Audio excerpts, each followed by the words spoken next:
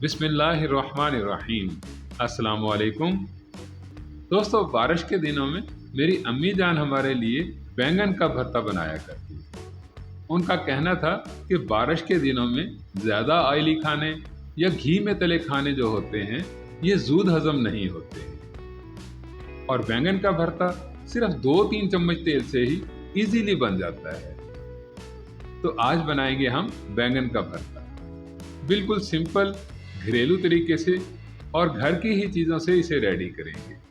तो सबसे पहले तो इसके लिए आपको बैंगन ही लेने हैं। ये मैंने 3 बैंगन लिए हैं और ये थोड़े बड़े साइज़ के ही हैं। छोटे बैंगनों में गूदा थोड़ा कम होता है, इसलिए भरते के लिए आपने बड़े बैंगन ही चूज़ करने हैं। बैंगन आपके फ्रेशली होने चाहिए, ताज़ा ताज़ा होने चाहिए। इनका हेड जो है ये फुली ग्रीन होना चाहिए और बैंगन की स्किन जो है ये चमकदार और शाइनी होनी चाहिए। इसके साथ साथ में ही आपको 2 मीडियम साइज़ के प्याज चाहिए होंगे और प्याज़ों से डबल आपने लेने हैं टमाटर। मैंने यहाँ पर 4 टमाटर लिए हैं। टमाटरों की हल्की सी खटास जो है ये भी चाहिए होगी हमें बैंगन के भरते में। 5-6 हरी मिर्चें लेनी हैं आपने और धनिया पुदीना तो आप लेंगे ही दोस्तों। धनिया जो है ये हर तरह की सब्ज़ी को खुशबूदार बनाता है और पुदीने का तो आपको पता ही है कि ये हमारे मैदे को सेट रखता है। और 1 नींबू का रस चाहिए होगा आपको। अब सबसे पहले तो दोस्तों प्याज़ों को हम कट कर लेते हैं। तो प्याज़ों को आपने छोटा छोटा ही कट करना है, रफली सा इनको आपने चॉप कर लेना है।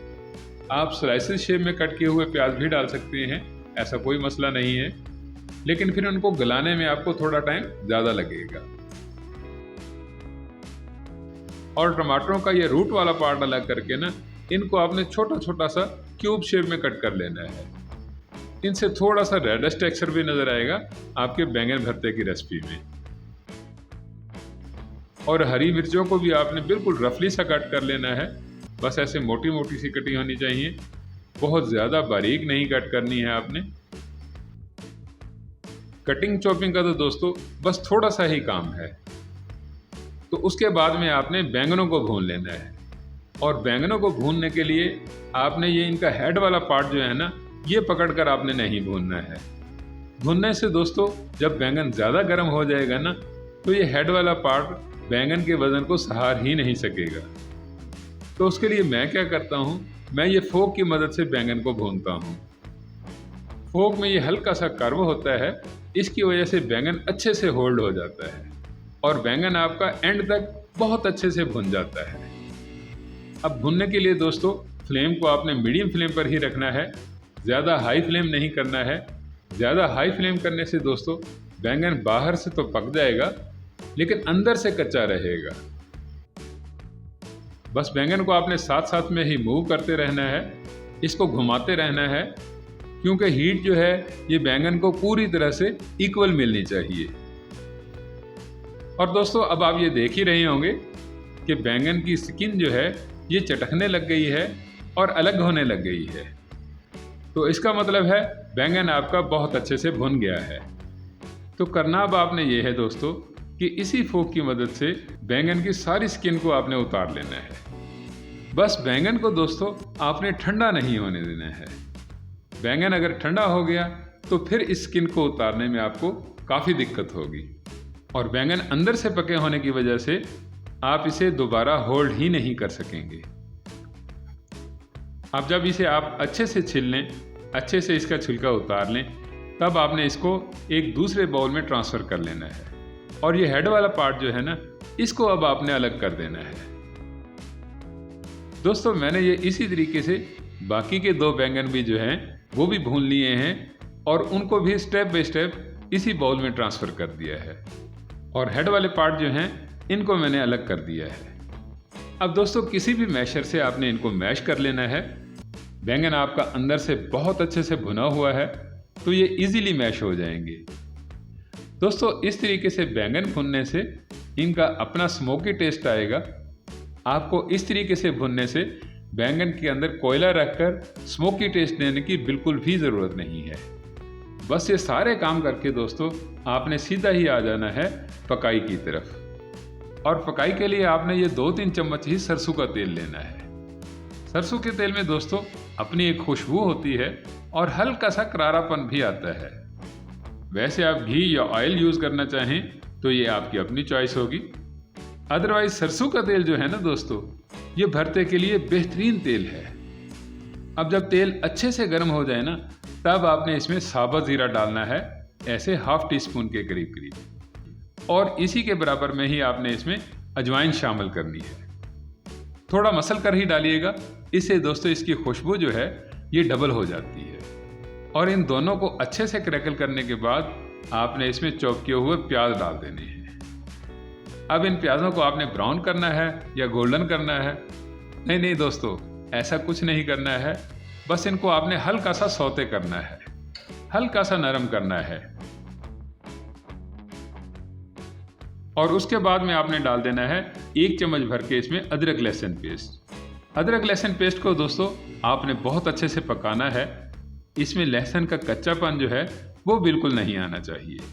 और जब अदरक लहसुन पेस्ट आपका अच्छे से भुन जाए ना, अच्छे से पक जाए, तब आपने इसमें क्यूब्स में कट किए हुए टमाटर डाल देने हैं। और टमाटर को तो दोस्तों आपको पता ही है कि ये पानी बहुत छोड़ते हैं, इसलिए भरते में आपने पानी वानी कुछ नहीं डालना है। बस पानी के बगैर में ही आपने टमाटरों की बहुत अच्छे से भुनाई करनी है। और जब प्याज और टमाटर जो हैं ये अच्छे से पक जाएं, अच्छे से नरम हो जाएं, तब आपने इसमें मिर्च मसाले डालने हैं। ½ टेबलस्पून आपने इसमें लाल मिर्च पाउडर डालना है और 1 टीस्पून आपने इसमें डालनी है कुटी लाल मिर्च। कुटी लाल मिर्च दोस्तों अपना तीखापन तो देगी ही, पर साथ में भरते का टेक्सचर जो है ना, ये भी गुड लुकिंग में आ जाएगा। और इसके साथ साथ में ही आपने थोड़ी सी हल्दी शामिल कर देनी है, ऐसे ½ टीस्पून के करीब करीब में। और दोस्तों नमक तो आएगा ही, ये आपने ½ टेबलस्पून डाल लेना है। और इन बेसिक मसालों को दोस्तों आपने बहुत अच्छे से भुनना है, बहुत अच्छे से स्टर करना है। और अच्छे से मिलाने के बाद अब आपने इन सब को ढक कर पकाना है 3 से 4 मिनट के लिए। दोस्तों अगर आप मेरे चैनल पर नए हैं तो मुझे सपोर्ट करने के लिए मेरे चैनल को सब्सक्राइब कर लीजिएगा और घंटी के बटन को भी दबा दीजिएगा। इससे क्या है कि हर नए आने वाली वीडियो का नोटिफिकेशन सबसे पहले आपको मिलेगा। अब थोड़ी ही देर बाद दोस्तों जब आप इसे ओपन करेंगे ना, तो टमाटरों का सारा पानी ही सूख चुका होगा और मसाला आपका बहुत अच्छे से पक गया होगा। तो अब पहले तो आपने इसमें कट की हुई हरी मिर्चों को डालना है और अच्छे से स्टर करने के बाद ना, अच्छे से मिलाने के बाद आपने इसमें मैश किया हुआ बैंगन का गूदा डाल देना है। दोस्तों अब आपने कुछ नहीं करना है, सारे काम ही हमारे परफेक्टली अच्छे से हो गए हैं। बस अब आपने इसको बहुत अच्छे से मिक्स करना है। टमाटर प्याज का मसाला हमारा अच्छे से बना हुआ है और बैंगन का गूदा भी हमारा बहुत अच्छे से भुना हुआ है। तो अब आपने इनको अच्छे से मिक्स करना है। मसाला और बैंगन जो है ये बिल्कुल इक्वल होना चाहिए। दोस्तों बैंगन का भरता बनाने के लिए ना तो आपको बहुत ज़्यादा घी की ज़रूरत है और ना ही आपने तेल या ऑयल जो है ये काफ़ी सारा लेना है।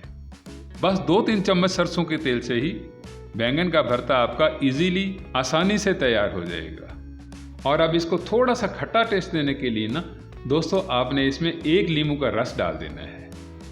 इससे भरता आपका करारा करारा सा और थोड़े से खट्टे टेस्ट में आ जाएगा। और खुशबू के लिए मसालों की बात करें दोस्तों, तो कोई बहुत ज़्यादा मसाले नहीं चाहिए होंगे आपको।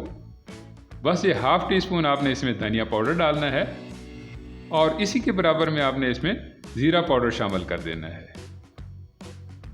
बस मसाले मिक्स करने के बाद दोस्तों अब आपने इसको ढक कर पकाना है 4 से 5 मिनट के लिए, ताकि नमक मिर्च मसाले जो हैं ये अच्छे से जज्ब हो जाएं आपके बैंगन के भरते में।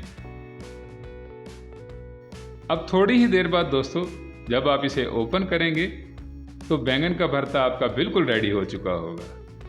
सब चीज़ें अच्छे से ही मिक्स हो चुकी होंगी। तो अब आपने इसमें सबसे पहले पुदीने के पत्ते डालने हैं और उसके बाद में आपने इसमें डाल देना है हरा हरा धनिया और इसके साथ में ही आपने डाल देना है थोड़ा सा ज़ीरा पाउडर और थोड़ा सा शामिल करना है आपने इसमें चाट मसाला पाउडर। तो दोस्तों इस तरीके से आपका बहुत ही ज़बरदस्त किस्म का करारा करारा सा चटपटा बैंगन का भरता जो है ये बिल्कुल तैयार है। अब इसे भले आप घर की रोटी के साथ खाइए या तंदूर की रोटी के साथ में, ये आपको बहुत मज़ा देगा। दोस्तों, वीडियो पसंद आई हो तो वीडियो को लाइक कीजिएगा, इसे अपने दोस्त अहबाब में शेयर कीजिएगा। मज़ीद मज़े की रेसिपीज़ के लिए मेरे चैनल को सब्सक्राइब कीजिएगा। मिलते हैं नेक्स्ट वीडियो में, तब तक के लिए अल्लाह हाफिज़।